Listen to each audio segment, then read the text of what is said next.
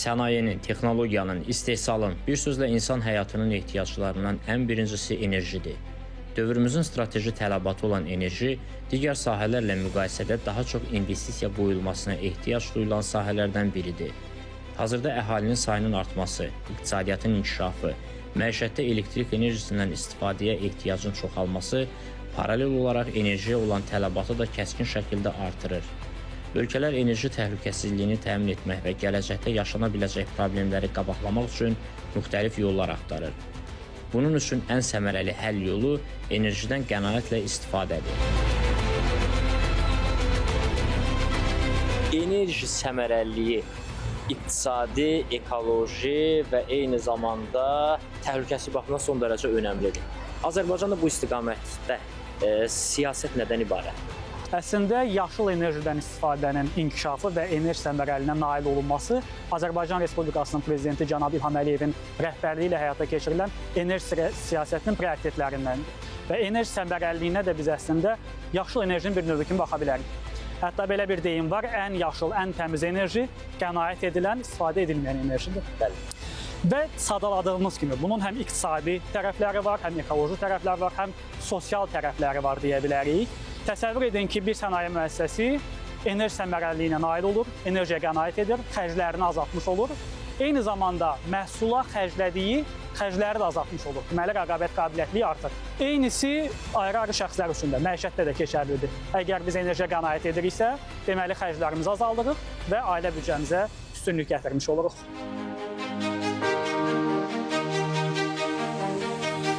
Enerji müasir həyatın görünməyən, amma hər an zəruri olan qüvvəsidir. İşıq yananda, istilik gələndə, zavodlar işləyəndə, su qızanda biz onun o qədər də fərqinə varmırıq. Amma elektrik enerjisi kəsildikdə, isitmə və soyutma sistemləri çalışmayanda anlayırıq ki, həyatımızın hər anı enerji ilə bağlıdır. Enerji sadəcə iqtisadi kateqoriya deyil, enerji təhlükəsizlik, sosial rifah və ətraf mühitin mühafizəsi baxımından etik məsuliyyətdir. Enerji səmərəliliyi iqlim siyasətinin ən ucuz və effektiv alətidir. Çünki qənaət edilən enerji istehsal edilməyən enerjidir. İstehsal edilməyən enerji isə yandırılmayan yanacaq, havaya buraxılmayan karbon deməkdir. Qanunvericiliyin təkmilləşdirilməsi bir çox sahələrdə zəruri olur və bu istiqamətdə də biz yeni yanaşmaların tətbiqini nəzərdə tuturuqsa, enerjidən səmərəli istifadəni prioritet hesab ediriksə, nə kimi dəyişikliklər olub və bundan sonra nə kimi dəyişikliklərə zərurət var? 2021-ci ildə bildiyiniz kimi enerji resurslarından səmərəli istifadə və enerji effektivliyi haqqında qanun qüvvəyə minib. Və bu qanundan irəli gələn 13 alt qanunvericilik aktı təsdiqlənib və artıq biz real nəticələrini praktikada görə bilirik. Məsələn, bir istiqamətdə mən xüsusilə vurğulamaq istəyirəm. 1000 ton neft ekvivalentindən yuxarı enerji istehlak edən təsərrüfat subyektləri və 250 ton neft ekvivalentindən yuxarı enerji istehlak edən qeyri-yaşayış binaları enerji idarəçiləri təyin etməyə başlayıblar. Artıq 50-dən çox subyektdə Energetika Nazirliyinin iştirakı ilə enerji idarəçiləri, enerji menecerləri təyin olunubdur. Amma gəlin görək nədir bu enerji idarəçiləri? Müəssisənin öz əməkdaşları arasından müəyyən kriteriyalara uyğun gələn əməkdaşlar seçilir, enerji idarəçisi kimi təsdiqlənir və onlar artıq müəssisədə enerji istehlakının izlənməsindən belə deyək, məsul olurlar. İtkilərin azaldılması və eyni zamanda xərclərin azaldılmasını təmin edilir. Vacib istiqamət və vacib istiqamətdir. Bəli, yenə də fürsətdən istifadə edib çağırış etmək istərdik ki, iri enerji istehlakçıları bu prosesə qoşulub enerji idarəçilərini təyin etsinlər. Çünki sadə dillə desək, qaz, elektrik enerjisi, istilik enerjisi, bu enerji növləri müəssisədə hara xərclənir, necə xərclənir, hansı üsulla xərclənir, enerji idarəçiləri bunu izləyir və səmərəliliyə nail olmaqla enerjiyə qənaət etmiş olurlar. Hazırda dünyada enerji istehlakı durmadan artır. Əhalinin sayı çoxalır, sənaye genişlənir, urbanizasiya sürətlənir. Planetimizin faydalı qazıntıları azalır və tükənməyə doğru gedir. Xüsusən karbohidrogen ehtiyatları, qaz, neft, kömür milyon illər ərzində formalaşdığı halda biz cəmi bir neçə əsrdir ki, bu təbii ehtiyatları enerji əldə etmək məqsədi ilə sürətlə istehlak etməyə başlamışıq. Artıq bu resursların tükənməyə doğru getdiyini görürük. Tədqiqatlar nəticəsində sübut edilib ki, enerji istehsalı ilə iqlim dəyişmələrinin sürətlənməsi arasında birbaşa əlaqə var. Karbon emissiyaları qlobal istiləşməni artırır. Quraqlıqlar, su ehtiyatlarının azalması, ekstremal hava hadisələri artıq gündəlik reallığa çevrilir. Enerji səmərəliliyi və enerjidən qənaətlə istifadə iqlim dəyişmələrinin qarşısının alınmasında nə dərəcədə təsirlidir?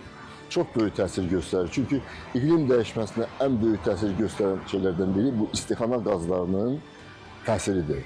İstixana qazları da bilavasitə enerji ilə bağlıdır. Yəni sən nə qədər daha çox neftdən, qazdan, kömürdən istifadə edirsənsə, sən daha çox istixana qazı ifraz edirsən, onlar da birbaşa iqlim dəyişikliyinə təsir göstərirlər. Rabitə birbaşadır və böyükdür. Enerji səmərəliliyi daha az enerji ilə daha çox nəticə əldə etməkdir. Aparılan araşdırmalar sübut edir ki, Azərbaycanda enerjinin səmərəsiz istifadəsi daha çox gündəlik məişətdə, adi görünən sahələrdə baş verir və çox zaman bunun miqyası nəzərə çarpmır. Lazımsız yanan işıq, boş otaqda işləyən kondisioner, normadan artıq qızdırılan mənzil, elektrik xəttinə qoşulu qalan məişət texnikası bunların hər biri ümumi sistemə yükdür. Artıq müasir dövrdə enerji səmərəliliyi ekoloji mədəniyyət və düşüncə tərzidir. Səmər müəssisələri ilə yanaşı əhalinin elektrik enerjisindən istifadə və buna qənaət etməsi də böyük rol oynayır. Xüsusən iri şəhərlərdə ümumiyyətlə cəmiyyətin bununla bağlı yanaşmasını necə müşahidə edirsiniz? Çox yaxşı sualdır. Çünki əslində bu yaşayış binalarından və müxtəlif idarələrdən, yəni hardakı insanlar işləyir. Orada deməli istifadə olunan elektrik enerjisi ölkədən ölkəyə fərqləri var, biraz dəyişir də. Sənaye etmiş ölkələr var, inkişafda olan ölkələr var. Amma hardasa təxminən hardasa 30% deməli civarındadır. Siz təsəvvür edin ki, ümumi elektrik enerjinin istifadəsinin 30%-i bu yaşayış binalarına, müəssisələrə, idarələrə və s. düşür. Ona görə çox böyük pay var. Siz fikir verin, məsələn, Skandinav ölkələri çox soyuq ölkələrdir. Orada binaların qızdırılması üçün çox enerji tələb olunur. Amma Skandinav ölkələrində 1 kvadrat metrə düşən elektrik enerjinin istifadəsi Azərbaycandan xeyli azdır. Yəni bu qənaət hesabı. Qənaətdir, bəli. Onlar deməli binaların o izolyasiyasına fikir verirlər və binalarda mərkəzləşmiş istilik sistemlərinə fikir verirlər. Bizdə isə təəssüf ki, izolyasiya demək olar ki, fikir verilmir. Mərkəzləşmiş sistemlər əvəzinə isə daha çox kombilər istifadə olunur. Bu da çox səmərəsizdir. Bu həm dövlət üçün əlavə xərclərdir, həm də insanlar üçün, ailələr üçün. Çünki həddən artıq çox enerjiyə pul sərf edirlər. Əvvəlki dövrlərdə inşa edilən çoxmənzilli binalarda istilik izolyasiyasına o qədər də diqqət yetirilmirdi. Hazırda bu tipli yaşayış yerlərində evlərin fasadları, zirzəmilər və dam örtüklərində ciddi enerji itkisi baş verir. Mərkəzləşdirilmiş istilik sistemi olan binalarda isə balanslaşdırma düzgün qurulmadıqda bəzi mənzillər həddindən artıq qızdırılır, digərlərində istilik çatışmır və nəticədə insanlar pəncərələri açaraq artıq enerjini birbaşa atmosferə ötürürlər. Burada problemin əsası təkcə idarə etmədə deyil, həm də köhnəlmiş bina fondunun enerji baxımından səmərəsizliyindədir. Karbon emissiyasının azaldılması istiqamətində vacib fəaliyyətlərdən biri də mərkəzləşdirilmiş istilik sistemlərinin olmasıdır. Xüsusən də yaşayış məntəqələrində, iri şəhərlərdə bu son dərəcə aktualdır. Bu istiqamətdə son dövrlər həyata keçirilmiş layihələr və qanunvericilikdə edilmiş dəyişikliklər nədən ibarətdir? Biz nə qədər səmərəli istifadə ediriksə, o zaman təbii ki, bu ümumilikdə emissiyalara da təsir eləyəcək, ölkə enerji resurslarına qənaət edilməsinə də təsir eləyəcək, əhalinin rifah səviyyəsinə də və ölkəmizin ixrac potensialının artırılmasına, yəni iqtisadi əhəmiyyəti də bu kontekstdə nəzərə alınmalıdır. Son illərdə əlbəttə ilk olaraq biz 2022-ci ildə qəbul olunmuş ölkə dövlət başçısının sərəncamı ilə istilik sektorunda islahatlarla bağlı olmuş sərəncamı qeyd etməliyik. O həm ümumilikdə ölkədə istilik təchizatı sektorunun inkişafını özündə ehtiva edirdi, həm bizim əsas istilik enerjisi istehsalçısı olan Azər İstiliyi ilə bağlı onun fəaliyyətinin gücləndirilməsinə bağlı tədbirləri ehtiva edirdi. Eyni zamanda orada Nazirlər Kabinetinə tapşırıq verilmişdi, yeni qanunun hazırlanması və birbaşa Energetika Nazirliyinə tapşırıq verilmişdi, istilik təchizatı sektorunun inkişaf perspektivləri ilə bağlı təkliflərinin hazırlanması. Yeni qanun artıq keçən il qəbul olundu. 2025-ci ildə istilik təchizatı ilə bağlı qanun qəbul olundu. Qanun qəbul olunduqdan sonra tikilən çox mənzilli yaşayış binalarının vahid istilik mənbəyindən istilik enerjisi alması nəzərdə tutulub. Yəni bu mərkəzləşdirilmiş istilik sistemlərini bir halda məcburi vəziyyətə gətirir. Yəni bundan sonra tikiləcək binalarda mərkəzi istilik sistemləri məcburən mütləq olmalıdır. Yəni bu artıq tələbdir. Bəli, tələb. Düzdür, istisna hallar var. Nazirlər Kabineti tərəfindən bu istisna hallar təsdiq olunacaq. Ancaq yəni bu istisna hallar çox da geniş bir hal olmayacaq. Burada bərpa olunan enerji mənbələri nəzərdə tutulur, təbii qaz olmadığı hallar nəzərdə tutulur və binaların mərtəbəsindən və ya kvadrat metrindən asılı olaraq daha kiçik binalar üçün istisnalar müəyyən edilə bilər. Ancaq ümumilikdə, yəni bu gün Bakıda rastlaşdığımız çox mənzilli, çox mərtəbəli yaşayış binalarının demək olar ki, əksəriyyəti artıq mərkəzi istilik sisteminə qoşulmalı olacaq. Azərbaycanın enerji sisteminin əsas dayaqlarından biri istilik elektrik mərkəzləridir. Bu mərkəzlərdə əsasən təbii qaz yandırılaraq elektrik enerjisi istehsal olunur. Proses sadə görünür. Qaz yanır, su buxara çevrilir, turbin fırlanır, generator elektrik enerjisi istehsal edir. Lakin bu prosesin arxasında mürəkkəb texnologiya, ciddi təhlükəsizlik tədbirləri və böyük iqtisadi məsuliyyət dayanır. Enerjinin ötürülməsindən sonra məsuliyyət istehlakçının üzərinə düşür. Bir mənzildə qənaət edilən enerji az görünə bilər. Amma minlərlə, milyonlarla abonent enerjidən istifadəyə diqqətlə yanaşsa, bu artıq böyük həcmdə yanacağı qənaət, karbon emissiyasının və dövlət büdcəsinə düşən yükün azalması deməkdir. Enerjidən səmərəli istifadə üçün atılmalı lazım olan ilk 3 addım. Yəni nədir bunlar? Nədən başlayaq? Bunu iki yerə bölmək olar. Ev təsərrüfatları üçün və müəssisələr üçün və yaxud da binalar və müəssisələr üçün də bölə bilərik. Məsələn, müəssisələrdə birinci enerji idarəçisi təyin olunmalıdır müəssisə üçün. İkincisi, enerji auditləri aparılmalıdır. Xüsusilə iri enerji istehlakçılar, bunlar təxminən 500-ə yaxındır, onlar məcburi olaraq 3 ildən bir enerji auditi həyata keçirməlidirlər. Daha sonra isə enerji auditinin ortaya çıxardığı nəticələri həll edə bilərlər. Ev təsərrüfatları üçün isə daha sadədir məsələ. Məsələn, biri LED lampaya keçidlə bağlı ola bilər. İkincisi, izolyasiya ilə bağlı ola bilər. Deyək ki, həyətyanı sahələrdə, yəni evlərdə özləri izolyasiya edə bilər vətəndaşlarımız və yaxud da deyək ki, qapı və pəncərələrin rezinlərini dəyişdirməklə, istifadədən kənar qaldıqda avadanlıqları şəbəkədən birbaşa olaraq ayırmaqla, yəni yalnız söndürmə yox, həm də şəbəkədən ayırmaqla enerji səmərəliliyinə nail ola bilərlər. Son illər bəzi ərazilərdə yeni qazanxanaların qurulması, boru xətlərinin yenilənməsi və istilik itkilərinin azaldılması istiqamətində addımlar atılıb. Amma bu sahədə daha çox uğurlu nəticələrin əldə edilməsi inşaatdan əvvəl nə dərəcədə nəzərə alınmasından asılıdır. Bütün sahələrdə olduğu kimi bu istilik ehtiyaclarını ödəmək üçün ağıllı sistemlərin tətbiqi, eyni zamanda müasir texnologiyaların tətbiqi, bundan bağlı yeni yanaşmalar nədən ibarət texnoloji baxımdan? Əslində elə ilk olaraq bizim qazanxanaların əksəriyyətinin Sovet dövründə tikildiyini qeyd etmək lazımdır. Onlar yeni qazanxanalarla müqayisədə enerji istehlakı və idarə etmə xərcləri həddindən artıq çoxdur. Artıq 2 ilə səhv eləmirəmsə biz 12-yə yaxın qazanxanada belə modernləşdirmə tədbirləri həyata keçirdik və qazanxanalar yeni daha müasir qazanxanalarla əvəz olundu. Onların idarə etmə xərcləri də azaldı, təbii qaza ciddi mənada qənaət edirlər, həm keyfiyyətli xidmət göstərilir. O emissiyalar, ətraf mühitə atılan emissiyalar, məsələn, onların elə üstü borularında da görmək olar fərqləri. Yəni bu görünüş baxımından da həqiqətən çox fərqlidir. Bunları qeyd edeyim, ancaq bunlar da tam sizin dediğiniz sualın cavabı deyil. Məsələn, kogenerasiya sistemləri tətbiq olunur indi dünyada.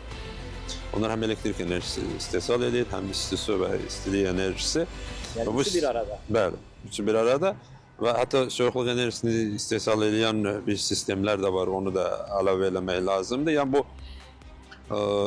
hər bir cəhətdən çox faydalı sistemlərdir. Məsələn, bizdə indi xəstəxanalarda bu cür sistemlərdən istifadə çox yaxşı nəticələrə gətirib çıxarır. Biz bunu təşviq edirik. 2021-ci ildə qəbul olunmuş enerji resurslarından səmərəli istifadə və enerji effektivliyi haqqında qanunda da bunların adı çəkilib. Bizim indi bilirsiniz, enerji effektivliyi fondu yaradılıb Energetika Nazirliyinin tərkibində. O fond vasitəsilə də bu kogenerasiya sistemlərinin təşviq edilməsi nəzərdə tutulur. Dövlət və ictimai binalar da enerjidən səmərəsiz istifadə olunan sahələr sırasındadır. Məktəblər, xəstəxanalar və inzibati binalar böyük həcmli tikililərdir. Lakin əksəriyyətində son illərə qədər enerji auditi aparılmayıb. İstilik və işıqlandırma sistemləri ilə bağlı məlumatlılıq lazımi səviyyədə deyil. Artıq sübut olunub ki, böyük həcmdə itkilərin qarşısını almağa xidmət edən fəaliyyətlərdən biri bu sahədə maariflənmək və qənaətdir. Həm elektrik enerjisindən səmərəli istifadə, eyni zamanda istilik elektrik sistemlərinin mərkəzləşdirilmiş çox fərdi qaydada olması bu texnoloji problemdir, yoxsa insanların bu məsələyə maraqlı olmamasından irəli gələn məsələdir? Yəni problem insanlardadır, yoxsa texnoloji tərəflərdədir? Bu düzgün sualdır, yaxşı sual, çünki bunun bir çox tərəfləri var. Bunun iqtisadi tərəfi də var, texnoloji tərəfi də var, mütəxəssis tərəfi də var və insanların bu məsələyə münasibəti. Bax, bir deyim, iqtisadi nə deməkdir? Bizdə son zamanlar əsasən binalar tikilir, içərisində heç bir şey qoyulmur. Əksər binalar elə. Bu o binanı tikən üçün daha sərfəlidir. Çünki az xərclə binanı təhvil verir. Tək divarı tikdi, Bəli, verdi, bəli, bundan bitdi. Bəli. Bu o biri tərəfdən onun xərcləri artsa, insanlar biraz daha baha alacaqlar da bu binaları. Ona görə güya ki iki tərəfə də xeyirdir. Amma əslində bu insan o evi biraz ucuz alır. Ancaq sonra orada yaşayanda, istismar edəndə bu o elektrik enerjisindən digər enerjiyə verdiyi pulla daha çox pul sərf edir əslində. İki, o biri tərəfdən dövlətin deməli qoyduğu qaydalar. Qaydadan da çox şey asılıdır. Misal üçün bir çox ölkələrdə 3 tələb qoyulur bina tikiləndə. Birinci onun memarlıq tələbləri, ikinci onun təhlükəsizliyi, üçüncü 1 kvadrat metrə istifadə olunan enerjinin miqdarı. Yəni burada həm o izolyasiya sistemi nəzərə alınır, həm isitmə məsələləri nəzərə alınır, hamısı. Soğutma məsələsi nəzərə alınır, çünki yayda əksinə soğutmaq lazımdır. Üstəlik, hətta ölkənin daxilində müxtəlif regionlar var. Dağ regionları var, aran regionları var, soyuq yeri var, isti yeri var. İqlim xüsusiyyətləri. İqlim xüsusiyyətləri. Bəzi bu hamısı nəzərə alınmalıdır, normativlər olmalıdır hər bölgə üçün. O bir tərəfdən mütəxəssislər olmalıdır, enerji auditorları olmalıdır. Bəli. Azərbaycanda enerji auditorlarının sayını barmaqla saymaq olar. Enerji səmərəliliyi yalnız texniki modernləşmə ilə deyil, ən vacib olan ətraf mühitin qorunmasının maraqlı olan istehlakçı sayının çox olmasıdır. Söndür qazan kimi təşəbbüslər məhz buna xidmət edir. Bildiyiniz kimi, deməli, Energetika Nazirliyi tərəfindən ötən ilin son ayında Söndür və Qazan kampaniyasına start verilib. Deməli, nədən gedir söhbət? Sadə davranış dəyişiklikləri ilə, məsələn, istifadə olunmadıqda işığın söndürülməsi, elektrikli avadanlıqların şəbəkədən ayrılması kimi davranış dəyişikliklərini təbliğ etməklə enerjiyə qənaətə nail olunması. Bəli. Artıq bu çağırışa qoşulanların sayı kifayət qədər artır. Həm şirkətlər, sənaye müəssisələri, ayrı-ayrı şəxslər, yəni vətəndaşlar müraciət edirlər, onlar video çəkirlər, video müraciət, video çağırış ünvanlayırlar və belə çağırış edirlər, hətta bir ictimai hərəkatda çevrilib demək olar. Məsələn, mən lampalardan misal göstərmək istəyirəm. Bir LED lampa 15-17 ədəd közərmə lampasını əvəz edə bilir. Yəni, deməli, ənənəvi lampaları. Ənənəvi közərmə lampasını, bəli, bir ədədi 5 aylıq ömrü var. Amma LED lampasının ömrü təxminən 7, bəzən 8 ilə çatır. Deməli, bir LED lampası 15, bəzən 17 ədəd közərmə lampasını əvəz edir. Deməli, tullantının miqdarı aşağı düşmüş olur. Eyni zamanda lampanı istehsal edəndə də enerji istehlak edilib. Əlbəttə. Deməli, nə qədər az lampa istifadə ediriksə, o qədər çox tullantının qarşısını almış oluruq. Karbon emissiyasını da həmçinin. Və eyni zamanda bu tipli lampaların elektrik enerjisi sərfiyyatı da qat-qat azdır. Tamamilə haqlısınız. Qat-qat azdır. Belə ki, 60 vatlıq bir közərmə lampasını cəmi 7 vatlıq, 10 vatlıq LED lampası əvəz edə bilir. Hazırda Azərbaycanda istehlakçıların enerji ehtiyaclarının ödənilməsi karbohidrogen ehtiyatlarına əsaslanır və enerji təhlükəsizliyi baxımından hesablamalara görə yaxın gələcəkdə hər hansı ciddi risklərlə qarşı-qarşıya dayanmayacağıq. Amma bu o demək deyil ki, növbəti 100 illər ərzində vəziyyət indiki kimi davam edəcək. Bunu nəzərə alaraq Azərbaycan hökuməti tərəfindən yaşıl enerjiyə keçidin təmin olunması istiqamətində mühüm layihələr həyata keçirilməkdədir.